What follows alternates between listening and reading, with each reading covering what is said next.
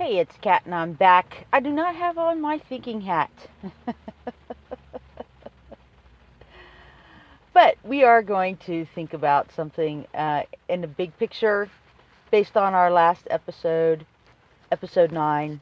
And I'm just going to pick out one part. There's a bunch of great things and we could talk about it, but it's in context to how I see this story going and where I've been trying to lead people to. So, in episode 9, we saw that Daenerys came back and that Mereen was under attack.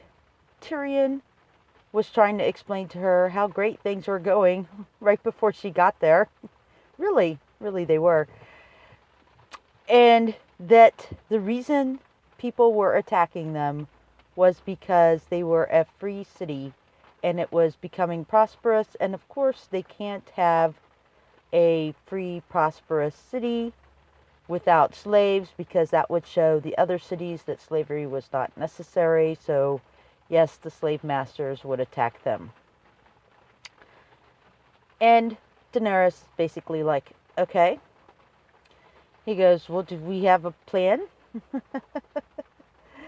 Because he's not the war planner. She's definitely the one with the weapons. And in fact, she says, yeah, I have a plan. We're going to crucify the masters. I'm going to destroy their ships and their army. And then I'm going to turn their cities into dust. And Tyrion says, hold on a second. Hold up a second. Can we think about that? Maybe there's a different plan. And so we see Tyrion tempering Daenerys' worst instincts, which is basically burn them all.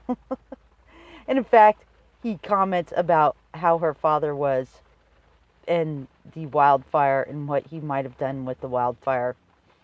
And she was sounding just like it. And she said, no, this is different. And he said, no, it's not, because basically you would kill innocent people along with the guilty. And what does that do? So then Daenerys goes out and offers the terms of surrender. The masters, of course, are like, oh, okay, so you're surrendering? Great. So give us your dragons, because they're going to be slaughtered. You think. And then we will sell all your slaves back into slavery, your soldiers back into slavery. We'll sell everybody else back into slavery. And you, beggar queen, can walk out of here like you came here in the first place. And Tyrion says, whoa, with the insults. And Daenerys says, I think you're confused about whose surrender we were looking for. We're looking for your surrender. And then the dragon flies in, and then she gives a demonstration of their power by going out there and just burning like one freaking ship. And everybody's like, oh my gosh. Then we see our friend Grey Worm delivering the coup de grace to 2 of the masters and leaving 1 alive. And Tyrion says, go back and tell the world what you've seen. That don't make our queen come back. So, yay, everybody cheers for the good guys. The good guys have won. They're going to keep their freedom. The slaves don't go back into slavery, etc., etc. Well, then we get Yara. And I mentioned in the Lightbringer series that there would be a lunar occultation where the moon goddess and the Venus get together. Maybe for something more than a handshake over some ships, but at least at this point. And we saw Yara helpfully going, I'm up for anything.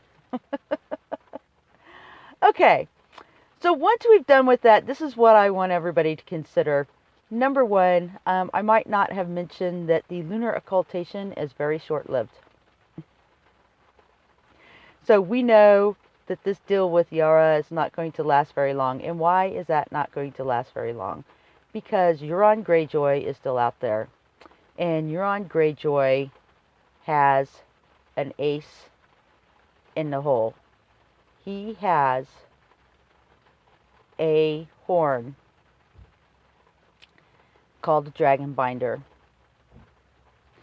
So when we when we look at how what Mr. Martin is writing and why he's writing something, he is in the background. He is anti-war, anti-nuclear weapons.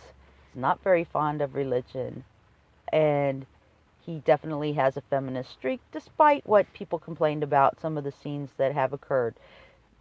And I'll talk about that on a separate one. But I want to talk about his anti-nuclear weapons, anti-war stance. So we see here really that Daenerys has good intentions, right? She has her dragons, and right now her dragons are defending basically the free.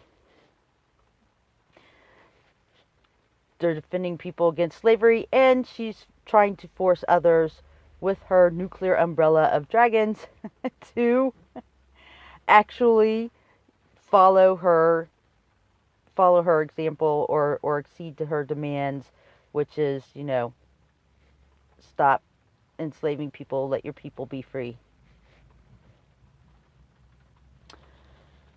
But what you have to consider is the idea that what happens when these weapons, and we're going to call them weapons, come into the wrong hands. We have Tyrion acting as a sort of a rationalist about the use of these dragons and their destructive power.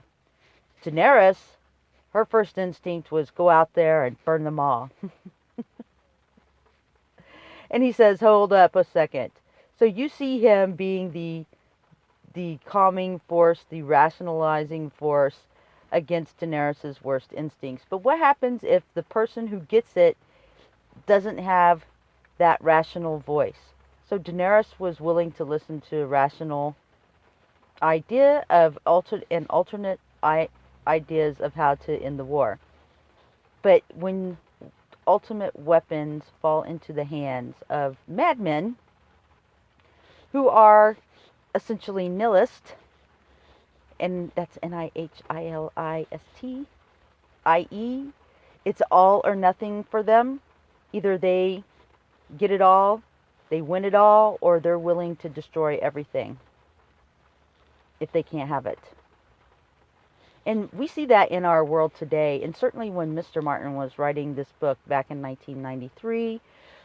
So Russia had fallen, their nuclear weapons, we were trying to secure their nuclear weapons, but guess what? In that same time frame, India and Pakistan both declared that they had nuclear weapons. And we still have Iran and North Korea attempting to get nuclear weapons.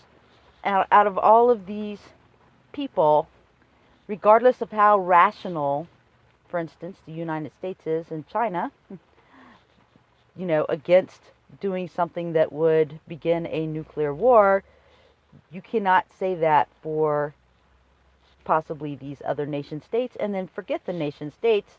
What about individuals or small groups who would obtain this power? And that's really what Mr. Martin's trying to explain to you.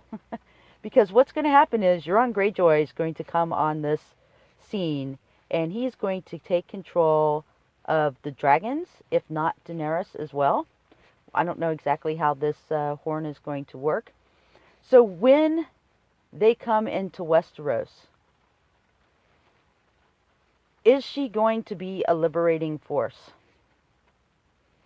Or under the power of Euron Greyjoy, at least temporarily, when Venus enters her linear movement with Mars and Jupiter and then moves into the Crab constellation, Crabian, Euron, is she going to be a liberating force, or is she going to be a conquering, destructive force?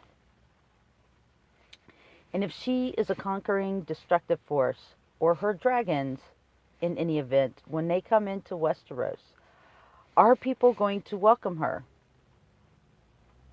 Or are we going to see people resist and the dragons be unleashed against people that you maybe don't necessarily love, but on the other hand, they're getting roasted.